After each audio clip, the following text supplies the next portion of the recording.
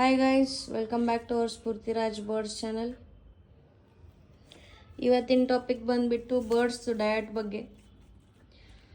ನಮ್ಮ ಹತ್ರ ಇವಾಗ 2 ಸಣ್ಣ ಕಾನೂರ್ಸ್ ಇದೆ, ಒಂದು ಸ್ಮಾಲ್ ಕಾನೂರ್ ಇದೆ.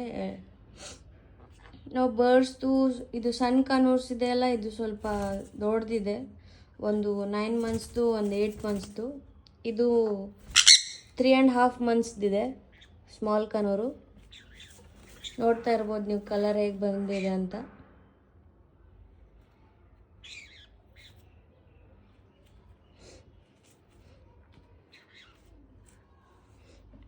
ನಾವು ಬರ್ಡ್ಸ್ಗೆ ಮಾರ್ನಿಂಗು ಫ್ರೆಶ್ ವಾಟರ್ ಕೊಡ್ತೀವಿ. ಆಮೇಲೆ ನಾವು ನೈಟು ನೆನೆಸಿಟ್ಟಿರ್ತೀವಿ ಕಾಳನ್ನು. ಗೋಧಿ, ವಟಾಣಿ, ಹೆಸರು ಕಾಳು, ಆ ಥರ ಎಲ್ಲ ಕಾಳನ್ನೆಲ್ಲ ಸೋಕ್ ಮಾಡಿ 8 ಅವರ್ಸ್ ಮಾತ್ರ ಸೋಕ್ ಮಾಡಿರಬೇಕು ಬರ್ಡ್ಸ್ಗೆ ಕೊಡಬೇಕಂದ್ರೆ. ಆಮೇಲೆ ಅವಕ್ಕೂರ ಹತ್ರ ಇಟ್ಮೇಲೆ ಅವು ತಿನ್ನೋಕ್ಕೆ ಸ್ಟಾರ್ಟ್ ಮಾಡಿದ್ಮೇಲೆ 4 ಅವರ್ಸ್ ಮಾತ್ರ ಇಡಬೇಕು ಅವನು, ಅಂದರೆ ಸೋಕ್ ಮಾಡಿರೋ ಕಾಳುಗಳನ್ನು. ಯಾಕಂದರೆ ಆಮೇಲೆ ಅವು ಮುಟ್ಟಲ್ಲ ಅವನು.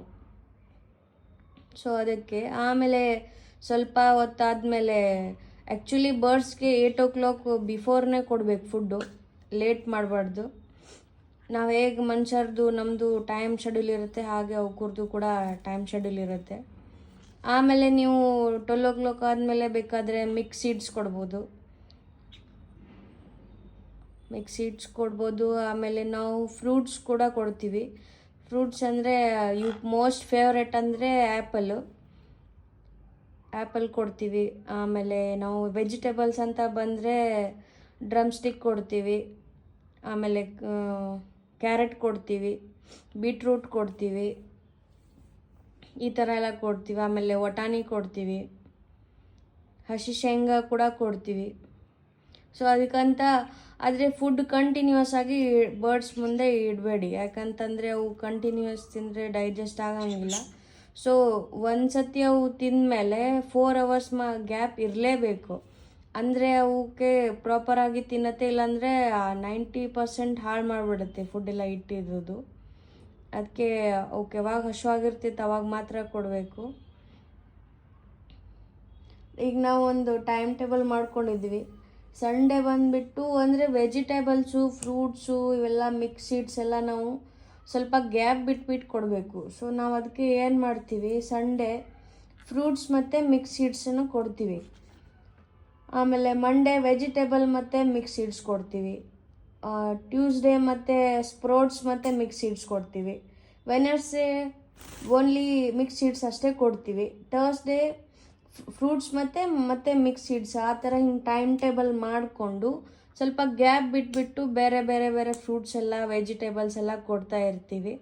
ಆ್ಯಪಲ್ ಫೇವ್ರೇಟ್ ಅಂತ ಆ್ಯಪಲ್ ಇಡಬಾರ್ದು, ಅದರಲ್ಲಿರೋ ಸೀಡ್ಸ್ನ ತೆಗೆದುಬಿಟ್ಟು ಇಡಬೇಕು. ಯಾಕಂದ್ರೆ ಇಲ್ಲ ಅಂದರೆ ಅವಕ್ಕೆ ಅದು ಪಾಯ್ಸನ್ ಆಗಿಬಿಡತ್ತೆ. ಅದು ಆ್ಯಪಲ್ ಸೀಡ್ಸ್ ಅವಕ್ಕೆ ಆಗಿ ಬರೋಂಗಿಲ್ಲ. ಸೊ ಅದನ್ನ ರಿಮೂವ್ ಮಾಡಿ ಕೊಡಬೇಕು. ನೋಡ್ಬೋದು ನಮ್ಮ ಬರ್ಡ್ಸ್ ಎಷ್ಟು ಆ್ಯಕ್ಟಿವ್ ಮತ್ತು ಹೆಲ್ದಿ ಆಗಿದಾವೆ ಅಂತ.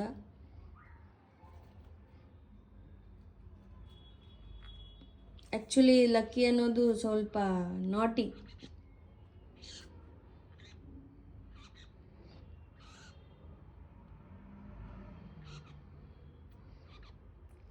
ಕ್ಯಾಲ್ಶಿಯಂ ಬ್ಲಾಕ್ ಬಗ್ಗೆ ಹೇಳಬೇಕಂದ್ರೆ ಕ್ಯಾಲ್ಶಿಯಂ ಬ್ಲಾಕ್ ಇಡಬೇಕು, ಆದರೆ ಕಂಟಿನ್ಯೂಸ್ ಆಗಿ ಅದ್ರ ಕೇಜಲ್ಲಿ ಇಡಬಾರ್ದು. ಯಾಕಂದರೆ ಅದು ಆಲ್ಮೋಸ್ಟ್ ಎಷ್ಟು ಬೇಕಷ್ಟು ತೊಗೊಳುತ್ತೆ, ಆಮೇಲೆ ಉಳ್ದದ್ದೆಲ್ಲ ಕಚ್ಚಾಕಿ ಬಿಸಾಕ್ಬಿಡುತ್ತೆ. ಅದಕ್ಕೋಸ್ಕರ ನಾವು ವೀಕ್ಲಿ 2 times ಮಾತ್ರ ಅದು ಕ್ಯಾಲ್ಶಿಯಂ ಬ್ಲಾಕು ಅದ್ರ ಕೇಜಲ್ಲಿ ಇಡೋದು. ಅದು ಬಿಟ್ಟರೆ ಕಟಲ್ ಬೋನ್ಸೂ ವಾರದಲ್ಲಿ 2 ದಿನ ವಾರದಲ್ಲಿ 2 ದಿನ ಕ್ಯಾಲ್ಶಿಯಂ ಬ್ಲಾಕ್ಸ್ ಹಾಕ್ತೀವಿ.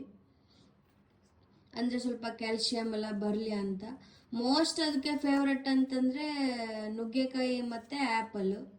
ಬಿಟ್ಟರೆ ಬೇರೆ ಫ್ರೂಟ್ಸ್ ಎಲ್ಲ ಸುಮ್ಮನೆ ಕಚ್ಚಾಕಿ ಬಿಸಾಕ್ಬಿಡುತ್ತೆ ನಮ್ಮ ಬರ್ಡ್ಸ್ ಮಾತ್ರ. ಉಳಿದಿರೋ ಬರ್ಡ್ಸ್ ತಿನ್ಬೋದು, ಆದರೆ ನುಗ್ಗೆಕಾಯಲ್ಲಿ ಮಾತ್ರ ತುಂಬ ಚೆನ್ನಾಗಿ ಎಲ್ಲ ಬೇಕಾಗಿರೋ ಅಂಥ ವಿಟಾಮಿನ್ಸ್ ಎಲ್ಲ ಸಿಗತ್ತೆ. ಸೊ ಅದಕ್ಕೆ ಮೋಸ್ಟ್ ಫೇವ್ರೆಟ್. ನಾವು ಸಣ್ಣ ಕನೂಸಿಗೆ ಮಿಕ್ಸ್ ಸೀಡ್ಸ್ ಕೊಡ್ತೀವಿ, ಸ್ಮಾಲ್ ಕನೂಸಿಗೆ ಮಾತ್ರ ನವಣೆ ಮಾತ್ರ ಕೊಡ್ತೀವಿ. ಯಾಕಂದರೆ ಇದು ಮಿಕ್ಸ್ ಸೀಡ್ಸ್ ತಿನ್ನಲ್ಲ, ಇನ್ನೂ ಚಿಕ್ಕದಿದೆ.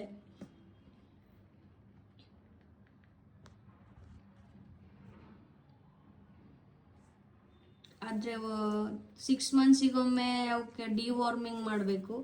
ನಾನು ನೆಕ್ಸ್ಟ್ ವಿಡಿಯೋದಲ್ಲಿ ಅಪ್ಲೋಡ್ ಮಾಡ್ತೀನಿ ಯಾವ ಥರ ನಾನು ಡಿವಾರ್ಮಿಂಗ್ ಮಾಡ್ತೀನಿ ಅಂತ, ಮತ್ತು ಅವಕ್ಕೆ ಯಾವ ಥರ ಸಪೋರ್ಟ್ ಫೀಡಿಂಗ್ ಅಂದರೆ ಲೈಕ್ ನಾವು ಯಾವ ಥರ ಅವ್ನು ಟ್ರೀಟ್ ಮಾಡ್ತೀವಿ ಅವ್ರ ಹೆಲ್ತ್ ಬಗ್ಗೆ ಅಂತ.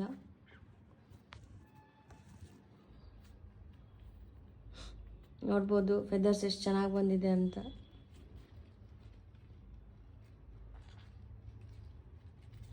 ಓಕೆ, ನೋಡೋಣ ನೆಕ್ಸ್ಟ್ ವಿಡಿಯೋದಲ್ಲಿ ಮತ್ತೆ ಸಿಗೋಣ. Bye bye guys.